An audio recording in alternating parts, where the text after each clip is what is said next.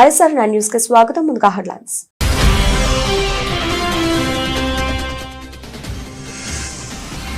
ఇజ్రాయెల్లో ఉగ్రదాడి, 3 బస్సుల్లో పేలుళ్లు.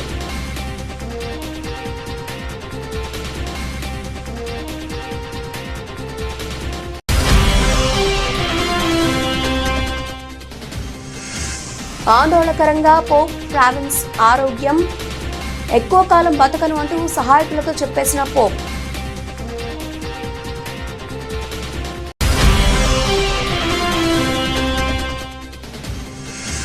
అస్వస్థతకు గురైన సోనియా గాంధీ ఢిల్లీలోని గంగారాం ఆసుపత్రికి తరలింపు.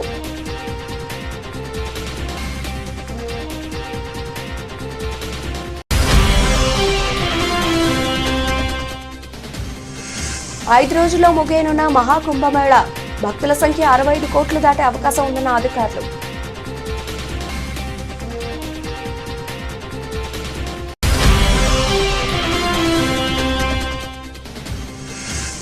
ఏపీ ప్రజలకు గుడ్ న్యూస్, మరో ఎలక్షన్ హామీ అమలు చేయనున్న కూటమి ప్రభుత్వం.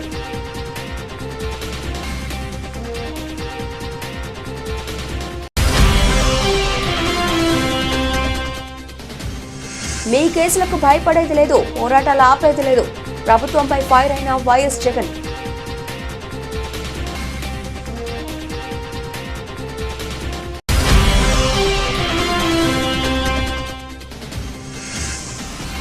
ఇంద్రమ్మ ఇళ్ల పనులకు శ్రీకారం చుట్టిన రేవంత్ రెడ్డి, ఇళ్ల నిర్మాణాల కార్యక్రమానికి శంకుస్థాపన చేయనున్న సీఎం.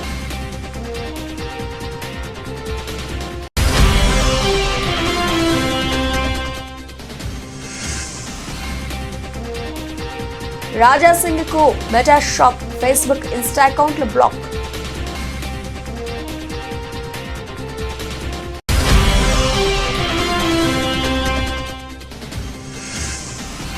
ఛాంపియన్స్ ట్రోఫీలో భారత్ బోణి, బంగ్లాదేశ్ పై టీమిండియా ఘన విజయం.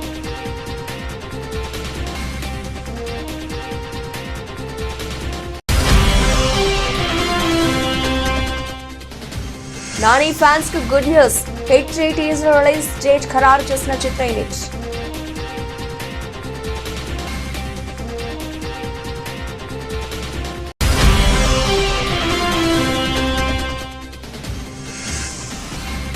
పల్లికారం పొడి అన్నం తింటూ చిల్ అవుతున్న శ్రీలీల, నెట్టింట వైరల్ అవుతున్న ఫన్నీ వీడియో.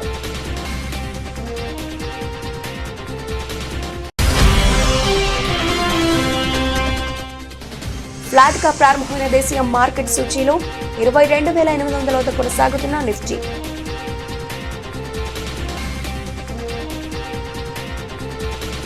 ఇజ్రాయెల్లోని టెల్ అవీవ్ సమీపంలోని బాటియామ్లో 3 బస్సులు పేలుళ్లు చోటు చేసుకున్నాయి. ఉగ్రవాదులు దాడి చేసి ఉంటారని ఇజ్రాయెల్ పోలీసులు అనుమానిస్తున్నారు. మరో 2 బస్సులు అమర్చిన బాంబులు పేలలేదని అధికారులు చెప్పారు. అనుమానితుల కోసం అన్వేషిస్తున్నట్లు తెలిపారు. భారీ సంఖ్యలో పోలీసులను మోహరించారు. దేశవ్యాప్తంగా అన్ని బస్సులు, రైళ్లను ఆపేశామని రవాణా శాఖ మంత్రి మేరీ రిగేవ్ తెలిపారు. బాంబు స్క్వాడ్ తనిఖీలు నిర్వహించిన తర్వాతనే వాటిని పంపనున్నట్లు పేర్కొన్నారు. పార్కింగ్ ప్రాంతంలో ఉన్న ఓ బస్సుకు నిప్పు అంటుకున్న విజువల్స్ సోషల్ మీడియాలో వైరల్ అవుతున్నాయి. ప్రస్తుతం ఆ పేలుళ్లలో ఎవరూ ప్రాణాలు కోల్పోయినట్లు తెలియరాలేదు. టెల్ అవీవ్ ప్రాంతంలో బాంబు తనిఖీలు జరుగుతున్నాయని పోలీస్ శాఖ ప్రతినిధి ఆర్ డోరన్ తెలిపారు. అనుమానిత బ్యాగ్ లేదా వస్తువు కనిపించిన పోలీసులు ముమ్మరంగా తనిఖీ చేస్తున్నారు.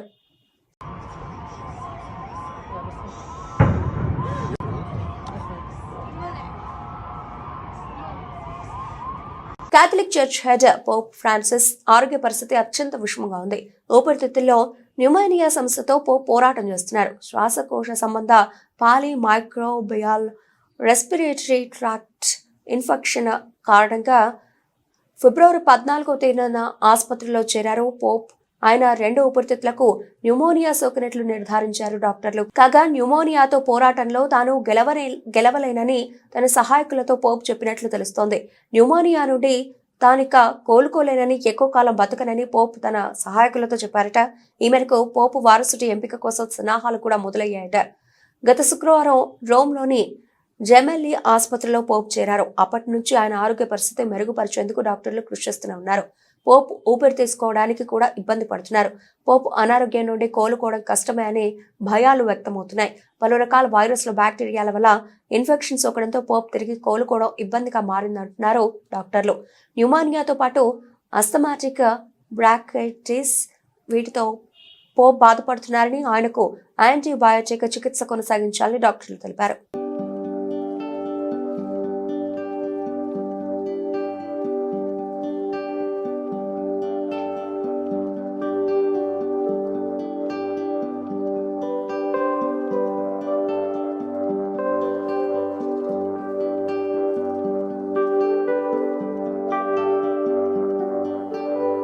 కాంగ్రెస్ అగ్రనేత, రాజ్యసభ ఎంపీ సోనియా గాంధీ అస్వస్థతకు గురయ్యారు. దీంతో ఆమెను ఢిల్లీలోని సర్ గంగారాం ఆసుపత్రిలో చేర్పించారు. గురువారం కడుపు సంబంధిత సమస్యతో బాధపడుతున్న సోనియా గాంధీ ఆసుపత్రిలో చేరినట్లు గంగారాం ఆసుపత్రి వైద్యులు తెలిపారు.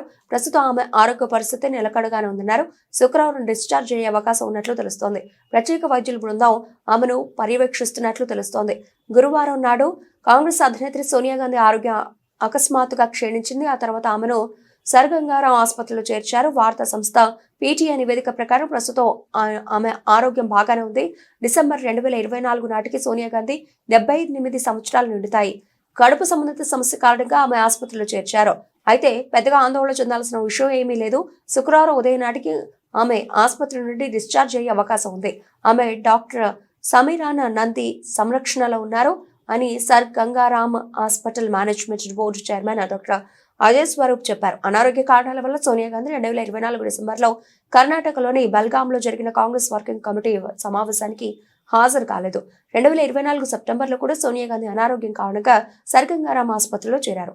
అప్పుడు ఆమెకు తేలికపాటి జ్వరం వచ్చింది. ఆ తర్వాత పూర్తిగా కోలుకొని రాజకీయాల్లో చురుకుగా పాల్గొన్నారు. సోనియా గాంధీ చివరిసారిగా 2025 ఫిబ్రవరి 13న రాజ్యసభలో పార్లమెంట్ బడ్జెట్ సమావేశాల సందర్భంగా బహిరంగంగా కనిపించారు. రాష్ట్రపతి ప్రసంగానికి సంబంధించి ఆమె చేసిన ప్రకటనపై రాజకీయాలు చాలా వేడెక్కాయి. కాంగ్రెస్ పార్లమెంటరీ పార్టీ అధినేత్రి సోనియా గాంధీ 2025 జనవరి 15న పార్టీ కొత్త ప్రధాన కార్యాలయానికి ఇందిరాభవన్ ను ప్రారంభించారు. సోనియా గాంధీ పార్టీ అధ్యక్షురాలిగా ఉన్న కాలంలో ఈ భవన నిర్మాణం ప్రారంభమైంది.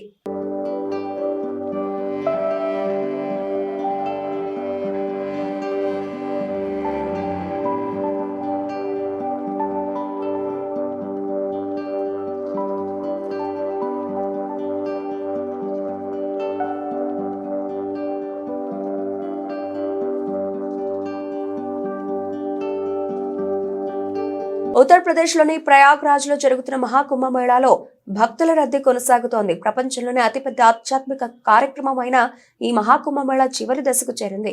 మరో 5 రోజుల మహాకుంభమేళా ముగియనుంది. ఈ క్రమంలో గంగా, యమున, సరస్వతి నదులు కలిసి పవిత్ర త్రివేణి సంగమంలో పుణ్యస్నానాలు చేసేందుకు భక్తులు పోటెత్తుతున్నారు. గత 6 రోజులుగా రోజు 1 కోటి మందికి పైగా భక్తులు నదీ స్నానాలు ఆచరిస్తున్నారు. ఈ క్రమంలో త్రివేణి సంగమంలో పుణ్యస్నానాలు ఆచరించిన వారి సంఖ్య 58 కోట్లు దాటినట్లు అధికారులు తెలిపారు. కాగా పౌష్ పూర్ణిమ సందర్భంగా జనవరి 13వ తేదీన మహాకుంభమేళా ప్రారంభమైంది. ఫిబ్రవరి 26 శివరాత్రి వరకు ఈ కుంభమేళా కొనసాగనుంది. దాదాపు 45 రోజుల పాటు జరిగే ఈ మహాకుంభమేళాకు ప్రపంచ నలుమూలల నుంచి దాదాపు 50 కోట్ల మంది భక్తులు వస్తారని యూపీ ప్రభుత్వం ముందుగా అంచనా వేసింది. అయితే అంచనాలకు మించి భక్తులు తరలి వస్తున్నారు. మరో 5 రోజుల పాటు భక్తుల రద్దీ ఇదే విధంగా కొనసాగితే మహాకుంభమేళాలో పవిత్ర స్నానాలు చేసే భక్తుల సంఖ్య 65 కోట్లు దాటుతుందని యోగి ప్రభుత్వం అంచనా వేస్తోంది. మహాకుంభమేళాలో చివరి రోజైన ఫిబ్రవరి 26న 2 కోట్ల మంది భక్తులు వస్తారని అంచనా.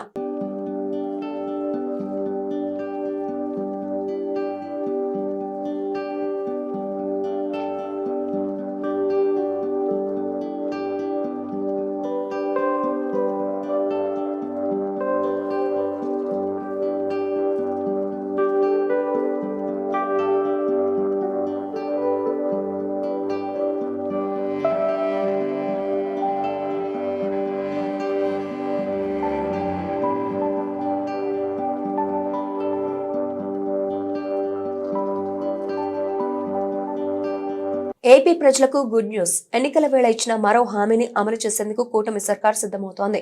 విద్యుత్ వినియోగదారులపై ఒక్క రూపాయి కూడా భారం వేయకుండా ఆంధ్రప్రదేశ్ ప్రభుత్వం టారిఫ్ ను ప్రకటించింది. అంతేకాదు అదనపు వెసులుబాట్లు సైతం కల్పిస్తూ నిర్ణయం తీసుకుంది. డిస్కంల ఖర్చులతో పాటు ఆదాయాల మధ్య వ్యత్యాసం 12,632.40 కోట్ల రూపాయలను సబ్సిడీగా సర్కారే భరించనుంది. 2025-26 ఆర్థిక ఏడాదికి కొత్త విద్యుత్ టారిఫ్ పై AP ERC in charge chairman Thakur Ram Singh వివరాలు తెలిపారు. గృహ వినియోగదారుల టారిఫ్ లో ఎటువంటి మార్పులను ప్రతిపాదించలేదని అన్నారు. ఏడాది ఏప్రిల్ నుంచే ఈ కొత్త టారిఫ్ అమల్లోకి వస్తుంది. 2025-26 ఆర్థిక ఏడాదిలో విద్యుత్ కొనుగోళ్లు, నిర్వహణ ఖర్చులు మొత్తం 57,544.17 కోట్ల రూపాయలుగా అంచనా వేసినట్లు తెలిపారు. వచ్చే సంవత్సరానికి 58,868.52 కోట్ల రూపాయలు అవసరమవుతాయని ఈఆర్ఆర్ రిపోర్టులో డిస్కంలు చెప్పాయన్నారు. పరిశీలన అనంతరం 1,324.35 కోట్ల రూపాయలకు కమిషన్ కోత విధించింది. విద్యుత్ అమ్మకాల వల్ల డిస్కంలకు 44,323.30 కోట్ల రూపాయల ఆదాయం రావచ్చని అంచనా వేశారు. డిస్కంల అవసరాలతో పాటు విద్యుత్ అమ్మకాల వల్ల వచ్చే ఆదాయం మధ్య వ్యత్యాసం 12,632.40 కోట్ల రూపాయలుగా అంచనా వేశారు. ఆదాయ లోటును 14,683.26 కోట్ల రూపాయలుగా డిస్కంలు అంచనా వేశాయి. అయితే 2,050.86 కోట్ల రూపాయలను కమిషన్ తగ్గించింది. వచ్చే ఆర్థిక ఏడాది పథకాల కింద ఇచ్చే డిస్కౌంట్లు 1,525.53 కోట్ల రూపాయలతో కలిపి సర్కారు చెల్లించాల్సిన డిస్కౌంట్ మొత్తాన్ని 14,746.41 రూపాయలుగా కమిషన్ లెక్కలు వేసింది.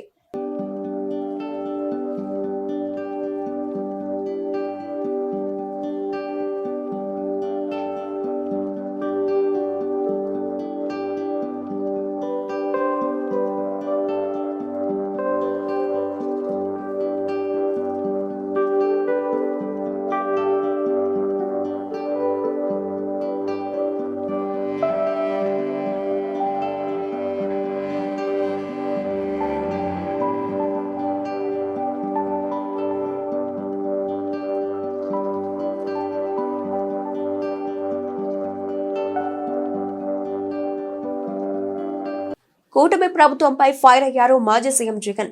మీ కేసులకు భయపడేది లేదు, ప్రజా పోరాటాలను ఆపేది లేదని జగన్ స్పష్టం చేశారు. నేను రైతు పక్షపాతిని, ప్రజల పక్షపాతిని. మీరు ఎన్ని కేసులు పెట్టినా రైతుల కోసం, ప్రజల కోసం నిలబడతాను అని జగన్ తేల్చి చెప్పారు. ఇప్పటికైనా మిర్చి రైతులను ఆదుకునేలా చర్యలు తీసుకోవాలని సీఎం చంద్రబాబును కోరారు జగన్. ఈ సంక్షోభం నుంచి రైతులు బయటపడేలా వారికి ఊరటనిచ్చేలా రాష్ట్ర ప్రభుత్వం తరఫున వెంటనే కొనుగోలు ప్రారంభించండి అంటూ ట్వీట్ చేశారు జగన్.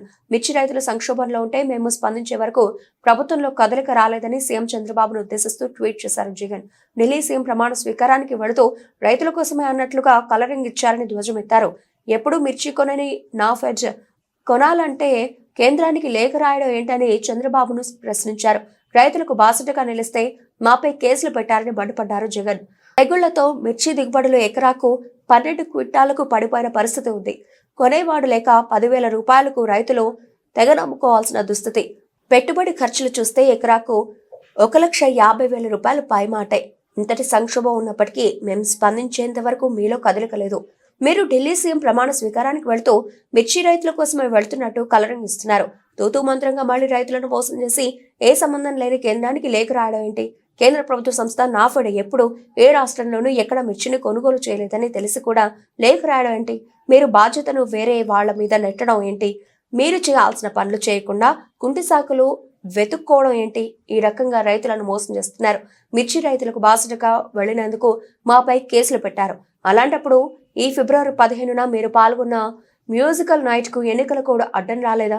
నేడు మిర్చి రైతులను కలుసుకుంటే ఎన్నికల కోడ్ అడ్డు వచ్చిందా? పైగా మేము ఇప్పుడు జరుగుతున్న ఎమ్మెల్సీ ఎన్నికల్లో పోటీ చేయడం లేదు. నిన్నటి కార్యక్రమంలో పలానా వారికి ఓటు వేయమని కూడా చెప్పలేదు. కనీసం మైక్ లో కూడా మాట్లాడలేదు. అయినా అన్యాయంగా కేసులు పెట్టారు. ఇది అప్రజాస్వామికం కాదా అని సీఎం చంద్రబాబును ప్రశ్నించారు జగన్.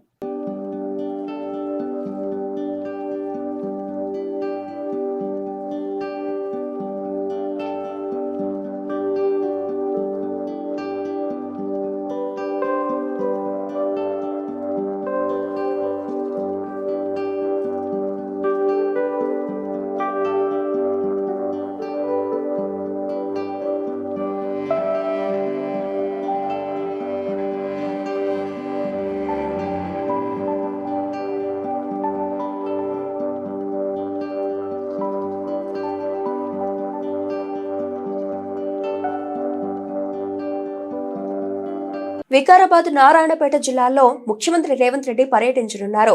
మధ్యాహ్నం 12 గంటలకు వికారాబాద్ జిల్లా దుద్యాల మండలం పోలేపల్లిలోని రేణుకాయలమ్మ తల్లి ఆలయంలో జరిగే పూజా కార్యక్రమంలో పాల్గొంటారు. అక్కడి నుంచి నారాయణపేట జిల్లా అప్పక్పల్లికి చేరుకుంటారు. అక్కడ ఇంద్రమ్మ ఇళ్ల నిర్మాణాల శంకుస్థాపన కార్యక్రమంలో పాల్గొంటారు. నారాయణపేట వైద్య కళాశాలలో అకాడమిక్ బ్లాక్ తో పాటు ఇతర భవనాలకు శంకుస్థాపన చేస్తారు. మధ్యాహ్నం నారాయణపేటలో జరిగే బహిరంగ సభలో పాల్గొని ప్రసంగిస్తారు. రాష్ట్రంలో 3 ఎమ్మెల్సీ స్థానాలకు ఎన్నికలు జరుగుతున్న నేపథ్యంలో ప్రస్తుతానికి ఈ పథకాన్ని ఉమ్మడి మహబూబ్ నగర్, రంగారెడ్డి జిల్లాలకు మాత్రమే చేపట్టాలని ప్రభుత్వం నిర్ణయించింది. గ్రేటర్ హైదరాబాద్ మినహా మిగతా 7 పాత జిల్లాల పరిధిలో ఎన్నికల కోడ్ ముగిసిన తర్వాత పథకాన్ని ప్రారంభిస్తారు. ప్రభుత్వం ఏటా నియోజకవర్గానికి 3,500 చొప్పున ఇళ్లను ఇవ్వాలని నిర్ణయించింది. గరిష్టంగా ఏడాదికి 4.50 లక్షల ఇళ్లను ఇవ్వనుంది. జనవరి 26న ప్రభుత్వం రాష్ట్రంలో 4 పథకాలకు దరఖాస్తులు తీసుకుంది. ఇందులో ఇంద్రమ్మ ఇళ్ల పథకం కూడా ఉంది. దీనికి మొత్తం 80 లక్షల దాకా దరఖాస్తులు వచ్చాయి. మొదటి విడతలో మండలానికి ఒక్కో గ్రామాన్ని ఎంపిక చేసి మొత్తం 72,045 ఇళ్లను నిర్మించి ఇవ్వడానికి ప్రభుత్వం నిర్ణయం తీసుకుంది. సర్వేయర్లు ప్రతి దరఖాస్తుదారు ఇంటికి వెళ్లి విచారించారు. ఇప్పటికే లబ్ధిదారులతో ప్రీ గ్రౌండింగ్ సమావేశాలు ఏర్పాటు చేశారు. ఇంటి నిర్మాణానికి 4 విడతల లబ్ధిదారునికి 5 లక్షల రూపాయలు అందిస్తారు.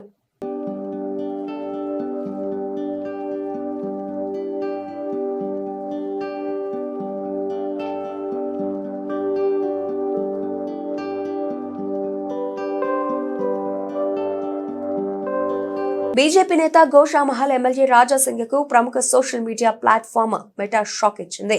ఆయనకు సంబంధించిన ఫేస్బుక్, ఇన్స్టాగ్రామ్ ఖాతాలను తొలగించింది. ఆయన పేరుతో ఉన్న 2 ఫేస్బుక్ పేజీలు, 3 ఇన్స్టా అకౌంట్లను తొలగించింది. సోషల్ మీడియాలో ద్వేషపూరిత ప్రసంగాలను వ్యాప్తి చేస్తున్నట్లు ఇండియా హైట్ ల్యాబ్ IHL నివేదిక వెల్లడించిన వారం తర్వాత మెటా ఈ మేరకు చర్యలు తీసుకుంది. తొలగించిన ఫేస్బుక్ గ్రూపులో సుమారు 10 లక్షల మందికి పైగా సభ్యులు ఉండగా ఇన్స్టా అకౌంట్లలో 1,55,000 మందికి పైగా ఫాలోవర్లు ఉన్నారు. కాగా 2020లోనే తన ప్లాట్ఫామ్స్ నుంచి రాజాసింగ్ పై మెటా నిషేధం విధించింది. అయితే ఆయన మద్దతుదారులు కొత్త మార్గాల ద్వారా గ్రూపులు, పేజీలను సృష్టించారు. వాటిలో ఎప్పటికప్పుడు రాజాసింగ్ కు చెందిన ప్రసంగాలు, కార్యకలాపాలకు సంబంధించిన వివరాలు షేర్ చేస్తున్నారు. అయితే ఇటీవల ఆయన రెచ్చగొట్టేలా పెట్టిన కొన్ని పోస్టుల నిషేధానికి కారణమని తెలుస్తోంది. 2024 లోక్సభ ఎన్నికలు జరిగిన ఏప్రిల్, జూన్ నెలల మధ్య బీజేపీ సీనియర్ నాయకులు చేసిన 266 మైనారిటీ వ్యతిరేక ద్వేషపూరిత ప్రసంగాలు అధికార పార్టీ ఖాతాల ద్వారా యూట్యూబ్, ఫేస్బుక్, ఎక్స్ లో ప్రత్యక్ష ప్రసారం చేస్తారని IHL నివేదిక పేర్కొంది. ఫేస్బుక్ లో పోస్టు చేసిన రాజాసింగ్ ద్వేషపూరిత ప్రసంగాల్లో 74.5% ద్వేషపూరితమని వెల్లడించారు. దేశవ్యాప్తంగా ఆయన చేసిన 32 హేట్ స్పీచ్ల్లో 22 ప్రత్యక్షంగా హింసకు ప్రేరేపించేవిలా ఉన్నాయని పేర్కొంది. ప్రధానంగా ముస్లింలు, క్రైస్తవులను లక్ష్యంగా చేసుకుని ఆ ప్రసంగాలు ఉన్నాయని తెలిసింది. వాటిలో 16 స్పీచ్లను యూట్యూబ్ లో, 13 ప్రసంగాలను ఫేస్బుక్ లో అప్లోడ్ చేశారని వెల్లడించారు. ఫేస్బుక్, ఇన్స్టాగ్రామ్ల నుంచి తమ ఖాతాలను తొలగించడంపై రాజాసింగ్ ఎక్స్ వేదికగా స్పందించారు. హిందువులను లక్ష్యంగా చేసుకుని సెలెక్టివ్ సెన్సార్షిప్ దాడి చేస్తోంది. నా కుటుంబం, స్నేహితులు, కార్యకర్తలు, మద్దతుదారుల సోషల్ మీడియా ఖాతాలను ఫేస్బుక్, ఇన్స్టాగ్రామ్ బ్లాక్ చేయడం దురదృష్టకరం. రాహుల్ గాంధీ చేసిన ఫిర్యాదు ఆధారంగా నా అధికారిక ఖాతాలకు అన్యాయం జరిగిందని ఆగ్రహం వ్యక్తం చేశారు.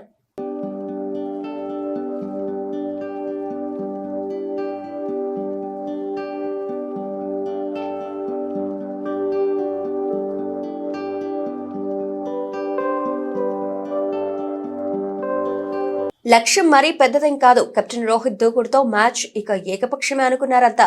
కానీ సార్థి నిష్క్రమణ తర్వాత పరిస్థితులు పూర్తిగా మారిపోయాయి. మంది వేగాన్ని సైతం నియంత్రిస్తున్న మందకొడి పిచ్ పై పరుగుల రాక కష్టమవడంతో పాటు కీలక వికెట్లు కోల్పోవడంతో ఏదో మూల ఓ సందేహం. కానీ వన్డేలలో అద్భుత ఫామ్ లో ఉన్న గిల్ తన జోరును కొనసాగించి వరుసగా 2వ శతకంతో మ్యాచ్ ను భారత్ వైపు తిప్పడంతో ఛాంపియన్స్ ట్రోఫీలో రోహిత్ సేన బోడి కొట్టింది. ప్రతిష్టాత్మక ICC ఛాంపియన్స్ ట్రోఫీలో తొలి విఘ్నాన్ని భారత్ విజయవంతంగా దాటింది. బంతితో బంగ్లాదేశ్ ను తక్కువ స్కోర్కే కట్టడి చేసిన టీమిండియా ఛేదనలో కాస్త ఇబ్బందులు పడ్డ యువ ఓపెనర్ శుభ్మన్ గిల్ 129 బంతుల్లో 101 నాట్అవుట్స్, 9 ఫోర్లు, 2 సిక్సర్లు వీడోచిత శతకంతో టోర్నీలో బోడే కొట్టింది. పునరాగమనం తర్వాత కీలక టోర్నీ ఆడుతున్న షమి కీలక సమయంలో మునుపటి లైన్ దొరకబుచ్చుకొని 5 వికెట్లతో సత్తా చాటడంతో మొదట బ్యాటింగ్ చేసిన బంగ్లాదేశ్ 49.4 ఓవర్లలో 228 పరుగులకు ఆల్అౌట్ అయింది. తహౌద్ హృదయ్ 118 బంతుల్లో 100, 6 ఫోర్లు, 2 సిక్సర్లు శతకంతో మెరవగా జకీర్ అలీ ఆదుకోవడంతో ఆ జట్టు పోరాడగలిగే స్కోరును సాధించింది. ఛేదనను భారత్ 46.3 ఓవర్లు ఆడాల్సి వచ్చింది. గిల్తో పాటు సారథి రోహిత్ శర్మ, కేఎల్ రాహుల్ నాట్అవుట్ ఒక 4 సిక్సర్లు రాణించారు. గిల్కు player of the match award లభించింది.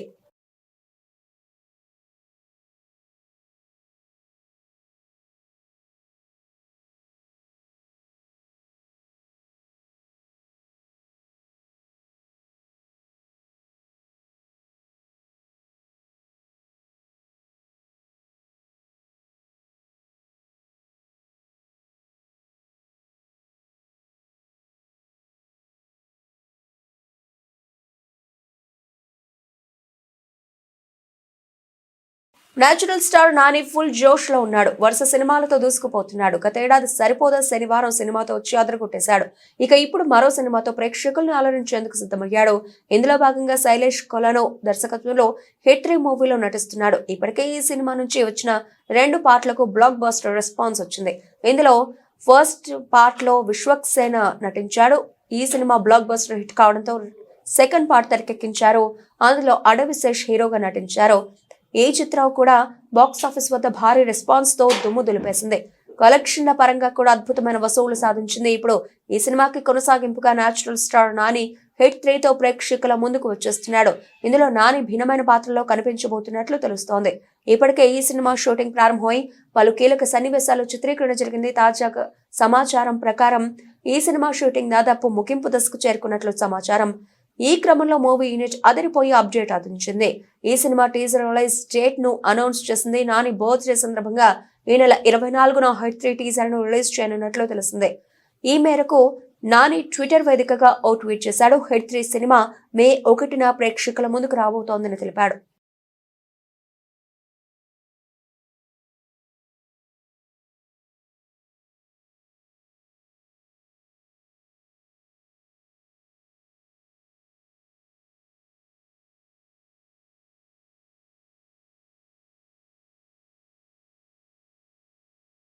శ్రీలీల ప్రస్తుతం వరుస సినిమాలతో దూసుకుపోతోంది. పుష్ప 2 మూవీలో చూసిన కిసిక్ ఐటమ్ సాంగ్ నటికి ఒక రేంజ్ లో గుర్తింపు తెచ్చిపెట్టింది.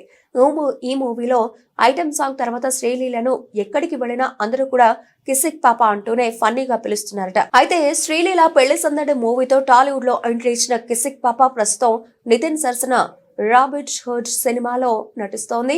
ఈ మూవీకి వెంకీ కడుమల దర్శకత్వం వహిస్తున్నారు. మరోవైపు నితిన్ తో గతంలో శ్రీలీల ఎక్స్ట్రా ఆర్డినరీ మ్యాన్ లో కూడా నటించారు. అదేవిధంగా ప్రస్తుతం కిసిక్ పాప బాలీవుడ్ లో కూడా ఎంట్రీ ఇచ్చారు. కార్తిక్ ఆర్యన్ సరసన శ్రీలీల హిందీ మూవీలో నటిస్తున్నారు. దీన్ని Anurag bus తెరకెక్కిస్తున్నారు.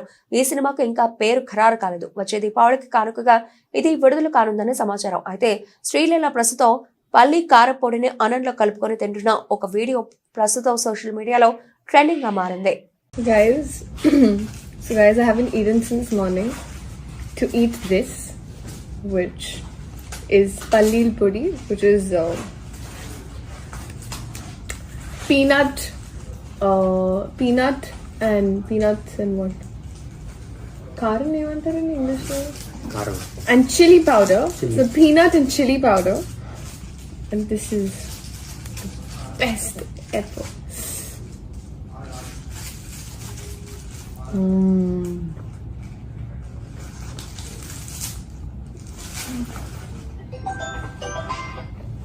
I can eat this every day. Bus హో గయా ఖతం. దేశీయ స్టాక్ మార్కెట్ సూచీలు శుక్రవారం స్థిరంగా ప్రారంభమయ్యాయి. అంతర్జాతీయ మార్కెట్లలో మిశ్రమ ధోరణిలో నెలకొన్న నేపథ్యంలో మదుపర్లు అప్రమత్తంగా వ్యవహరిస్తున్నారు. దీని ప్రభావంతో సూచీలు మారుమోగుతూ సాగుతున్నాయి. ప్రస్తుతం మార్కెట్ స్వల్ప నష్టాలు ట్రేడ్ అవుతోంది. ఉదయం 9:30 సెన్సెక్స్ 55 పాయింట్లు తగ్గి 75,668 వద్ద, నిఫ్టీ 9 పాయింట్లు క్షీణించి 22,903 వద్ద కొనసాగుతున్నాయి. Sensex 30 సూచీలో M&M, Kotak Mahindra Bank, ICICI Bank, Infosys, Ultratech Cement, Nestle India, Maruti Suzuki Power Grid Corporation షేర్లు నష్టాల్లో ట్రేడ్ అవుతుండగా టాటా స్టీల్, జొమాటో, ఎలాంటి, NTPC, TCS, Bharti Airtel, Axis bank, Bajaj Fincorp, అలాగే అదానీ ఫోర్బ్స్ పేర్లు లాభాల్లో కదలాడుతున్నాయి. డాలర్తో రూపాయి మారకం విలువ 86.50 వద్ద కొనసాగుతోంది. అంతర్జాతీయ మార్కెట్లో బ్రెంట్ క్రూడ్ బ్యారెల్ $76.40 వద్ద, బంగారం ఔన్స్ 2,900 $43.30 వద్ద ట్రేడ్ అవుతోంది. అమెరికా మార్కెట్లు గురువారం నష్టాల్లో ముగిశాయి. ఆసియా పసిఫిక్ ప్రధాన సూచీలు మిశ్రమంగా ట్రేడ్ అవుతూ ఉండగా హాంకాంగ్ అలాగే హాంగ్ సెంగ్ 2.89%, జపాన్ నిక్కీ 0.11%, అలాగే షాంఘై 0.74% లాభపడ్డాయి. అయితే ఆస్ట్రేలియా ASX స్వల్ప నష్టాల్లో కొనసాగుతోంది. విదేశీ సంస్థాగత మదుపర్లు గురువారం నికరంగా 3,312 కోట్ల రూపాయల విలువైన షేర్లను విక్రయించగా దేశీయ సంస్థాగత మదుపర్లు 3,908 కోట్ల రూపాయల షేర్లు కొనుగోలు చేశారు.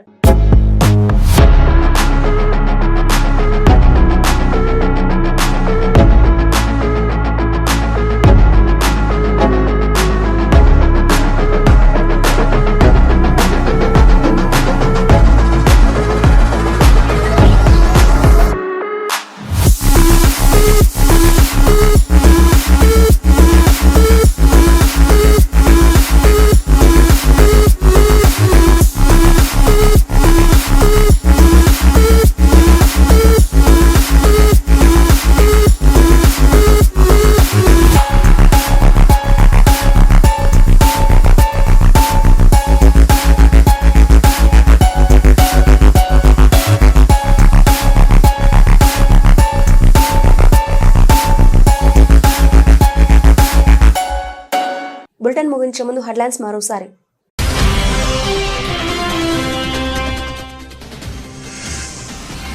ఇజ్రాయెల్లో ఉగ్రదాడి, 3 బస్సుల్లో పేలుళ్లు.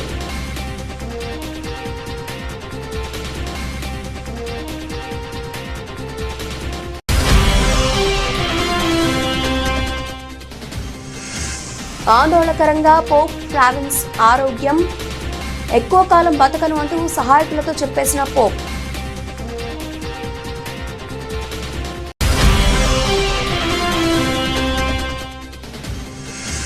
అస్వస్థతకు గురైన సోనియా గాంధీ ఢిల్లీలోని గంగారాం ఆసుపత్రికి తరలింపు.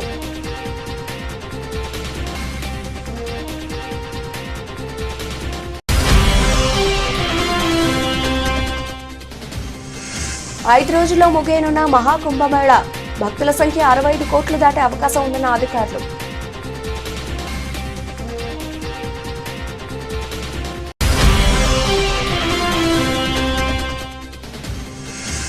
ఏపీ ప్రజలకు గుడ్ న్యూస్, మరో ఎలక్షన్ హామీ అమలు చేయనున్న కూటమి ప్రభుత్వం.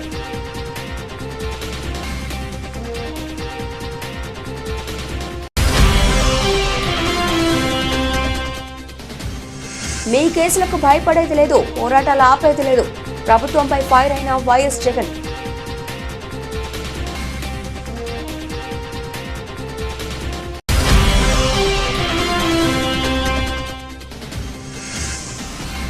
ఇంద్రమ్మ ఇళ్ల పనులకు శ్రీకారం చుట్టిన రేవంత్ రెడ్డి, ఇళ్ల నిర్మాణాల కార్యక్రమానికి శంకుస్థాపన చేయనున్న సీఎం.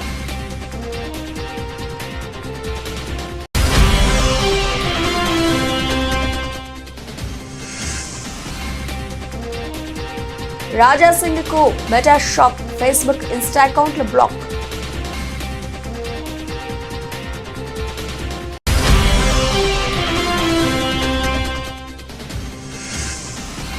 ఛాంపియన్స్ ట్రోఫీలో భారత్ బోణి, బంగ్లాదేశ్ పై టీమిండియా ఘన విజయం.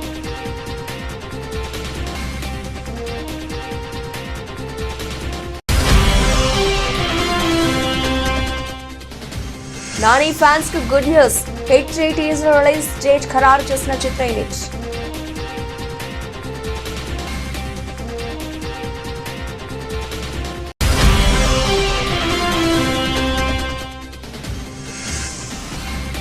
పల్లికారం పొడి అన్నం తింటూ చిల్ అవుతున్న శ్రీలీల, నెట్టింట వైరల్ అవుతున్న ఫన్నీ వీడియో.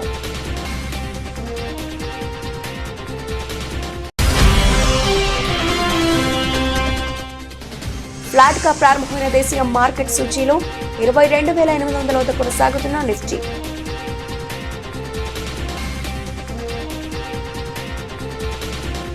ఇవి ఇప్పటివరకు నమల్సిన అప్డేట్స్. మరిన్ని అప్డేట్స్ తో మళ్ళీ కలుద్దాం. అంతవరకు సెలవు, నమస్తే.